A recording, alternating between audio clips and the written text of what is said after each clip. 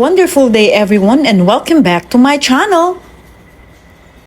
It's always been a pleasure for me to have the opportunity to gather my colleagues to dine together and brush up our knowledge about the importance of hydration in our everyday life.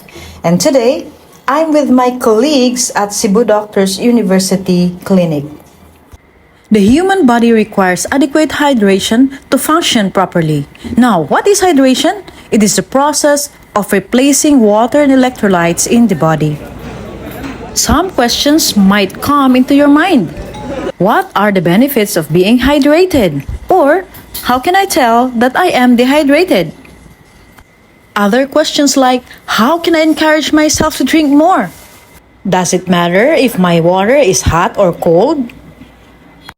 If you have questions that you want me to answer, please feel free to write down on the comment section below, and I am very glad to answer them on my next videos.